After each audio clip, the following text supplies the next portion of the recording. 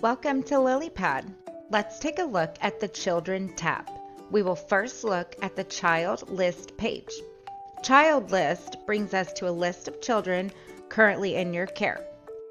This is where you can deactivate any children that will no longer be in your care. Clicking on a name will bring us to the profile of the child. You can add information about the child as well as set the service price for them. You can add the parents to the page as well as upload a photo for identification purposes. The Add a Child section allows us to enter new children who will be moving into your care.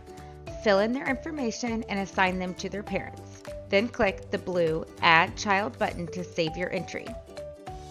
The Notes tab allows you to view and add any notes pertaining to the child. This is useful to document important information such as allergies or medications needed. The Documents tab brings us to a page that allows us to view and upload any important documents pertaining to the child, such as medical files, DHS files, health and incident reports, and any other documentation you or the parents find necessary. This concludes the walkthrough of the Children tab of MyLilyPadApp.com.